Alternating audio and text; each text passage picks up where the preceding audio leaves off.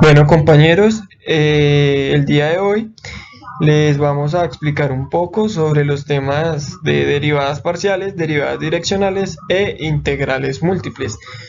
Los integrantes del grupo son Susana Sofía Sierra Sánchez, Pablo Emilio Muñoz Vaca, Andrés Felipe Escobar Valencia. Nosotros somos estudiantes de la Universidad del Quindío. Bueno, compañeros, el contenido del día de hoy van a ser, primero, derivadas parciales, segundo, derivadas direccionales, tercero, integrales múltiples. Al no ser más, comencemos con derivadas parciales. Una derivada parcial de una función de diversas variables es la derivada respecto a cada una de las variables, manteniendo las otras como constantes. Las derivadas parciales son útiles en cálculo vectorial, geometría diferencial, funciones analítica, física y matemáticas. Como vamos a manejar el concepto de límite, el cambio de las variables lo vamos a tener constantes, entonces el proceso va a ser lo que venimos viendo con anterioridad. También es importante notar las diferentes notaciones de las derivadas parciales. Debemos poner como f como subíndice de x respecto a la función x, y. Podemos poner también como la derivada parcial que es con f con respecto a x, o como el cambio de f respecto al cambio de x, que es la tradicional. Al igual de las derivadas parciales de x, también se pueden poner como su índice de y.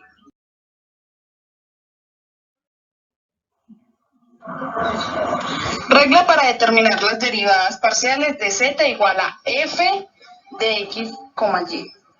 Primero, para determinar f de x, y, conservar a y constante y derivar f de x, y con respecto a x. Segundo, para determinar f de yx, conservar a x constante y derivar la función con respecto a y. Primero, derivada parcial con respecto a x. Usa a x o a z como constante. Derivada parcial con respecto a y. Usa a x o a z como constante. Derivada parcial con respecto a z.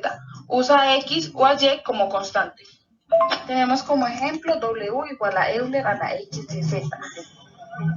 En función de x, en función de varias variables. Bueno, entonces w quería z por Euler a la x de z por la derivada de Euler a la x de z, que sería 1 por y a la z, es igual a yz a la 2 por Euler a la x de z.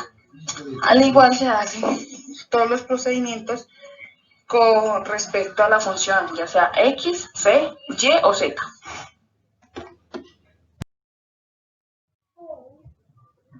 Vemos también que en efecto de geometría de interpretación gráfica, dado que yo estoy cortando en un plano en y igual a cualquier valor de y, entonces de manera general lo que estamos calculando con la derivada parcial con respecto a x es el cambio de las curvas de nivel, o este caso en un punto en específico, dado que corto en un y definido o en un y0. En ese punto x0, y0 y z0, ¿cuál es el cambio que estoy teniendo justo en ese momento? Y nada más estoy mirando en dirección de x. ¿Y cuál es la derivada parcial de f con respecto a y? Eso es exactamente lo mismo, pero ahora tengo un plano que se está haciendo x sub 0 constante, y en este punto en específico estoy analizando la tasa de cambio en la dirección de y. Y no tiene que ser iguales, ni siquiera tienen que tener el mismo signo. Eso tiene que tener el comportamiento general de nuestra función tridimensional. En esta figura, si sacamos la derivada parcial con respecto a x en el punto 1,1, es decir, que 1 está siendo constante y estamos en el plano y igual a 1. Lo ubicamos en este punto, podemos sacar la tasa de cambio. Como se fijan, es una recta, porque en el momento donde hago todo constante, en realidad se está poniendo como si fuera una derivada tradicional de una variable dependiente como otra independiente, como sería z con x. En la otra figura obtenemos con respecto a y un punto, un medio, coma 1 y z igual a 2. Va decreciendo si comparamos con respecto a y es igual a menos 2 y con respecto a x es igual a menos un medio. Ahí hacemos las comparaciones. Con respecto a y, si empezamos a hacer con función de costos, vemos que los costos son más reducidos. Y con respecto a x, vemos que la pérdida de utilidades sería menor. La aplicación de la derivada parcial. La altura de la ola en el mar abierto depende de la rapidez del viento y de la cantidad de tiempo en el que el viento ha estado soplando a esa rapidez.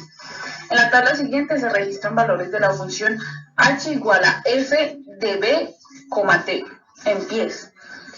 Lo primero que nos preguntan es cuál es el significado de las derivadas parciales de h de b y de h de t. La derivada parcial de h de t es la variación estimada de la altura, dado que permanece constante con respecto a v, y el tiempo que dura a esa velocidad mientras varía la velocidad del viento. Y la derivada parcial de h de b es cómo varía la altura de las olas, dado que mantenemos constante la velocidad del viento, mientras varía su tiempo a esa velocidad. En la función h de b de t, sería a 25 pies de altura, ya que en la segunda dice que estima los valores de f de b de 40,15 y f de t de 40,15. Si nos vamos para la tabla, en 40 y en 15 sería 25, y esa sería la altura en pies de la ola.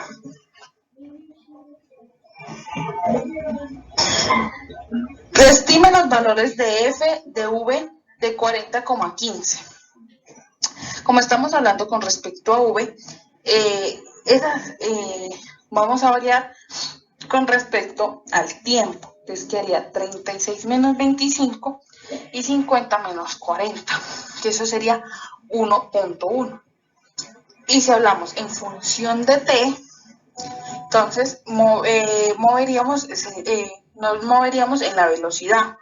Entonces quedaría 28 menos 25 sobre 20 menos 15. Sería un total de 0,6. Tercera pregunta. ¿Cuál parece ser el valor del límite siguiente? Nos generaría más incremento en la altura de las olas que lo que dura la velocidad en la ola. Entre más incrementa el tiempo, va a ser menos la duración de la ola. Pero la velocidad de las olas va a aumentar y tendríamos unas olas enormes. Bueno, el tema que abordaremos en esta ocasión serán derivadas direccionales.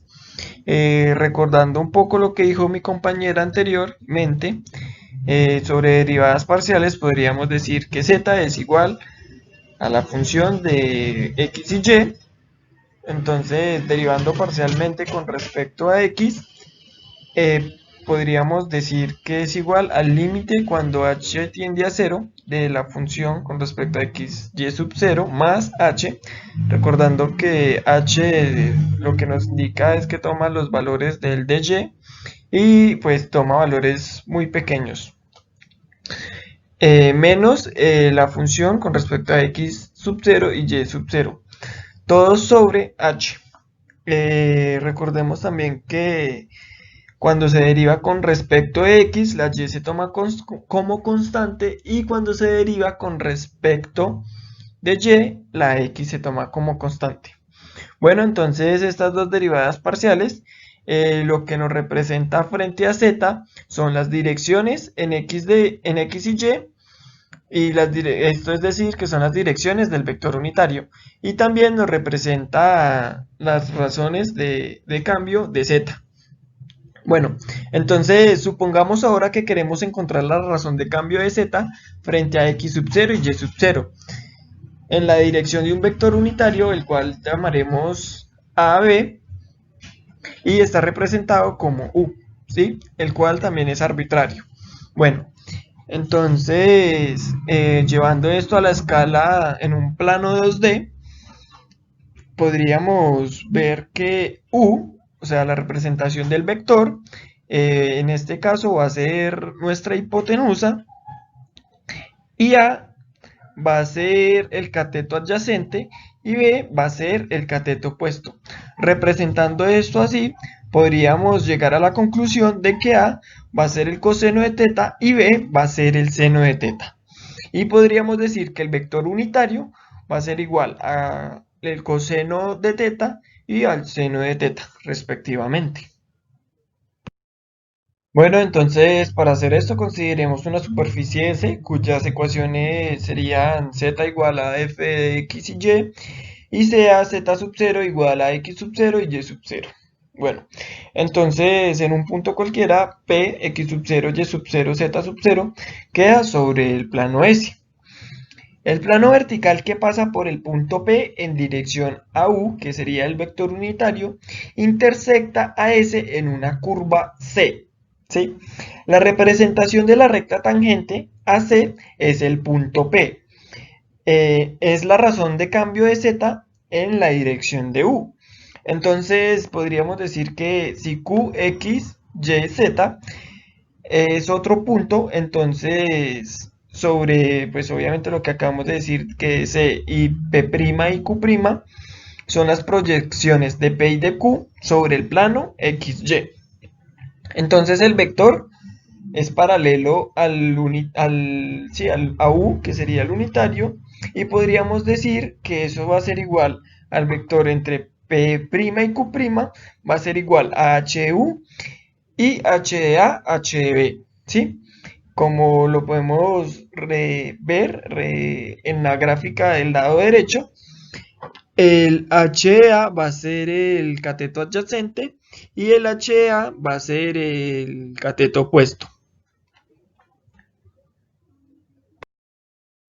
Bueno, entonces para algún escalar h, podríamos decir que x menos x sub 0 igual a HA y y sería y menos y sub 0 HB. Despejando esto, por lo que podríamos decir que x podría ser igual a x sub 0 más h de a y y sería igual a y sub 0 más h de b. Entonces mirando la variación de z sobre h, o sea el delta de z sobre h, va a ser igual a z menos z sub 0 sobre h. Eso va a ser igual a la función de x sub 0 más h de a por y sub 0 más h de b, menos la función de x sub 0 y sub 0 todo sobre h, ¿sí? Bueno, entonces si tomamos el límite cuando h tiende a 0, obtendremos la razón de cambio con respecto a z a la distancia de la dirección de u, la cual se denomina la derivada direccional de f en dirección de u. Bueno, entonces con esto podemos concluir que la derivada direccional de f con respecto a x sub 0 y y sub 0 con respecto al vector unitario u de a y b va a ser igual a, se representaría así, de u por la función de x sub 0, y sub 0 va a ser igual al límite cuando h tiende a 0 de la función x sub 0 más h de a por y sub 0 más h de b menos la función de x sub 0, y sub 0, todo sobre h. Bueno, un ejemplo muy sencillo, muy práctico que les traigo es si la función de x y y es igual a 5x al cubo y y a la 6 en un punto menos 1, 1 con una dirección de pi sextos, podríamos decir que el gradiente de nuestra función va a ser la derivada con respecto de y y con respecto de x, ¿sí? Bueno, entonces con respecto de x va a estar con y con respecto de y va a estar con j y se representaría así como lo vemos en pantalla. Entonces lo único que hacemos es primero derivar con respecto de x y nos quedaría 15 por x al cuadrado, porque 3 por 5 15 y al denominador se le resta 1, entonces queda 15 por x al cuadrado, la y se toma como constante, queda igual por y más 30 x al cubo y a la 5 por j. Bueno, entonces lo que hacemos ahora es evaluar en este gradiente el punto menos 1 y 1. Entonces lo único que hacemos es reemplazar estos valores tanto en x como en y. Y eso nos quedaría haciendo las fórmulas y los cálculos matemáticos que queda 15y y menos 30j. Bueno, entonces para hallar el vector unitario respecto a nuestra función, podríamos decir que u va a ser igual a coseno de teta por i más seno de teta de j. Entonces nuestro vector unitario, reemplazando con la dirección que tenemos, va a ser igual a coseno de pi sextos por i más seno de pi sextos por j. Entonces esto nos quedaría raíz de 3 sobre 2i más un medio de j.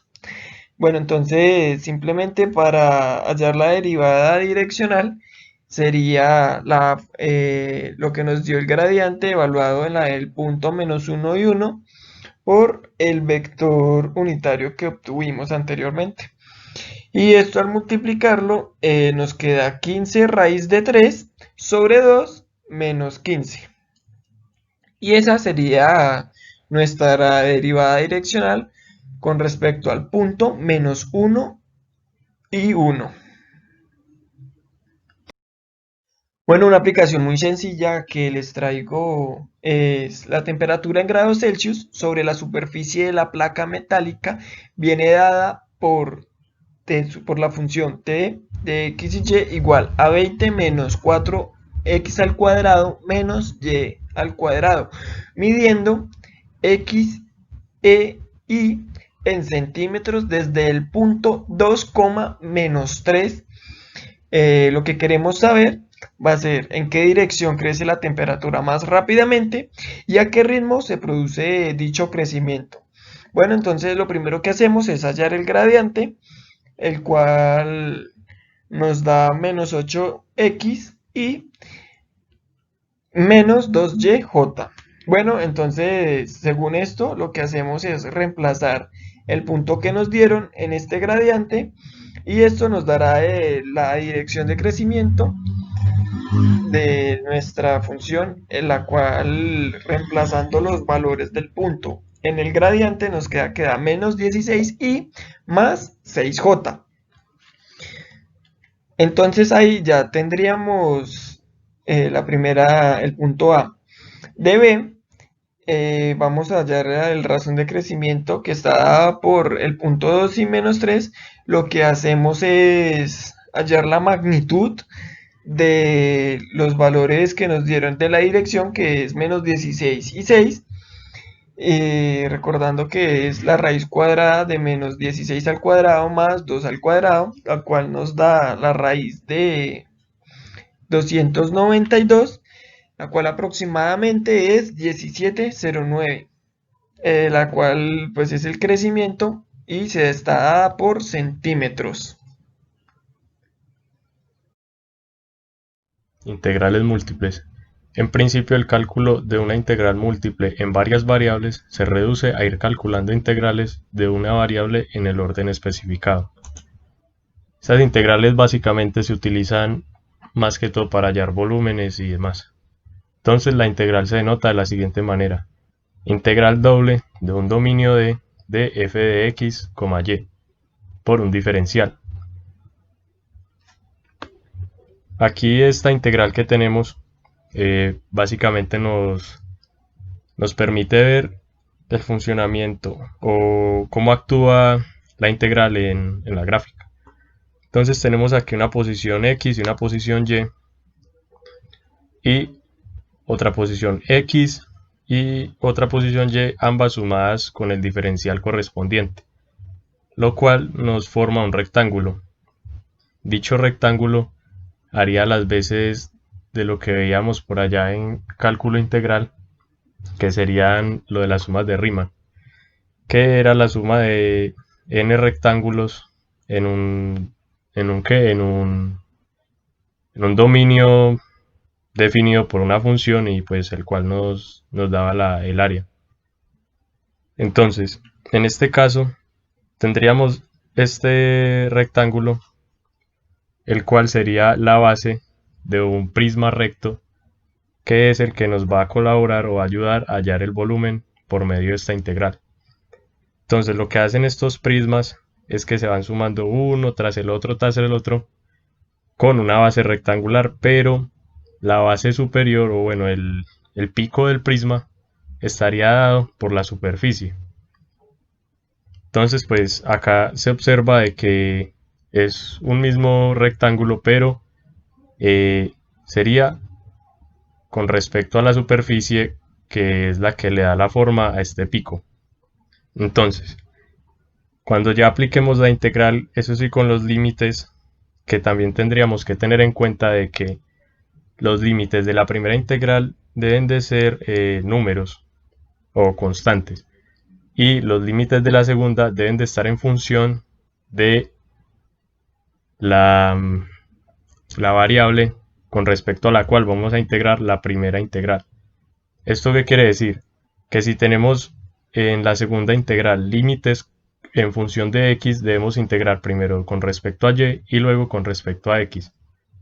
O si tenemos límites en función de y, debemos integrar primero con respecto a x y luego con respecto a y. Bueno, aplicando esta integral nos daría básicamente el volumen de un cilindro, que en su parte inferior estaría dado por una elipse y en la parte superior pues ya depende de la forma de la superficie qué forma va a tomar arriba. Bueno, hay otra cosa a tener en cuenta, y es que estas integrales siempre nos van a dar un número o una constante, nunca nos van a dar funciones o así. Por lo tanto, podemos determinar de que no hay integrales múltiples indefinidas. Y es lo que nos lleva a la siguiente condición, de que cuando veíamos integrales normales, se podía observar de que podíamos hallar o devolvernos derivando el resultado que nos había dado con la integral. En este caso no, porque como no existen integrales múltiples indefinidas, pues no podríamos derivar y devolvernos. Teorema de Fubini. Si R está definida por A menor o igual que X menor o igual que B y G sub 1 de X menor o igual que Y menor o igual a G sub 2 de X, donde G sub 1 y G sub 2 son continuas en el intervalo cerrado A, B, entonces la integral doble en un dominio D de f de x, y va a ser igual a la integral entre A y B de la integral de G sub 1 de X hasta G sub 2 de X de f de X, y. Esta vendría siendo el caso de la diapositiva anterior, en donde se hablaba de la integral que hallaban los volúmenes de la función que les mostré. Segunda parte del teorema. Si R está definida por C menor o igual a Y menor o igual a D y H sub 1 de Y menor o igual a X menor o igual a H sub 2 de Y, donde H sub 1 y H sub 2 son continuas en el intervalo cerrado C, D, entonces la integral doble de un dominio D de f de x, y va a estar dada por C de la integral de C hasta D de la integral de H sub 1 de Y hasta H sub 2 de Y de f de x, y. Este sería el caso en donde les hablaba de que dependiendo los intervalos, o bueno, en función de quiénes estuvieran los intervalos, se integraba aquí primero. Entonces aquí, como están intervalos en función de Y, se va a integrar primero con respecto a X y luego con respecto a Y. Continuamos. Propiedades de las integrales múltiples. Si f de x, y y g de x, y son continuas en la frontera de la región R, entonces tienen las siguientes propiedades. Primera propiedad, múltiplo constante. Esta propiedad sería prácticamente la misma que aplicamos en las integrales simples, la cual consta de sacar las constantes de la integral y pues integrar como tal. Propiedad de la suma y resta. Esta integral también la usamos, bueno, la propiedad como tal también la usamos en las integrales simples, la cual nos dice que la integral doble de un dominio R de la suma de dos funciones o más va a ser igual a la suma de las integrales de estas funciones. Tercera propiedad, la propiedad de la dominación. Entonces tenemos que la primera parte de esta propiedad nos dice que la integral doble de un dominio R de f de x, y va a ser mayor a 0 si f de x, y es mayor a 0 o mayor o igual a 0, perdón. La segunda parte nos dice que la integral doble de un dominio R de f de x, y va a ser mayor o igual a la integral doble de un dominio R de g de x, y si f de x, y es mayor o igual a g de x, y. Bueno, aquí por último les traigo un ejemplo de aplicación, cual nos dice: la carga está distribuida sobre la región triangular D, de modo que la densidad de la carga en x, y es sigma de x, y igual a x por y, medida en coulombs por metro cuadrado. Determine la carga total. Entonces, pues aquí ya tendría yo la gráfica hecha basándome en los datos que me dan acá. Entonces tenemos que hay una constante y igual a 1 y una función y igual a 1 menos x, las cuales pues nos forman este triángulo en los intervalos en y de 0 hasta 1 y en x de 0 hasta 1. Entonces, con esta gráfica podríamos plantear la siguiente integral. Entonces nos dicen que la carga está dada por la integral doble de un dominio D, que sería el dominio del triángulo, de sigma de x, y por el diferencial. Entonces esto nos dice que la carga va a ser igual a la integral desde 0 hasta 1. ¿Por qué desde 0 hasta 1? Porque son los intervalos que vamos a tomar del eje x, que sería pues los intervalos constantes, lo que quiere decir que la última integral la vamos a integrar con respecto a x. Continuamos. Esta integral sería entonces la integral desde 0 hasta 1 de la integral desde 1 menos x hasta 1. Estos intervalos serían las funciones de y que nos ayudan a formar este triángulo. Entonces, esto nos dice que vamos a integrar primero con respecto a y luego con respecto a x. ¿Por qué? Porque los intervalos de la segunda integral o de la integral interior están en función de x. Entonces lo que les decía anteriormente era que si los intervalos de la integral interior estaban en función de x, íbamos a integrar primero con respecto a y. Y si estaban en función de y, íbamos a integrar primero con respecto a x. Esto tomando en cuenta de que la función sigma está por x y por y. Bueno, continuamos. Resolviendo esta primera integral nos da el resultado y la integral de 0 hasta 1 por x por y al cuadrado sobre 2. Y este y evaluado entre y igual a 1 menos x y y igual a 1. Y pues esto obviamente por el diferencial de x, que sería el de la integral. Esto nos da igual a la integral desde 0 hasta 1 de x medios. ¿Por qué podemos sacar este x medios? Porque como anteriormente integramos con respecto a y, entonces la x sería una constante.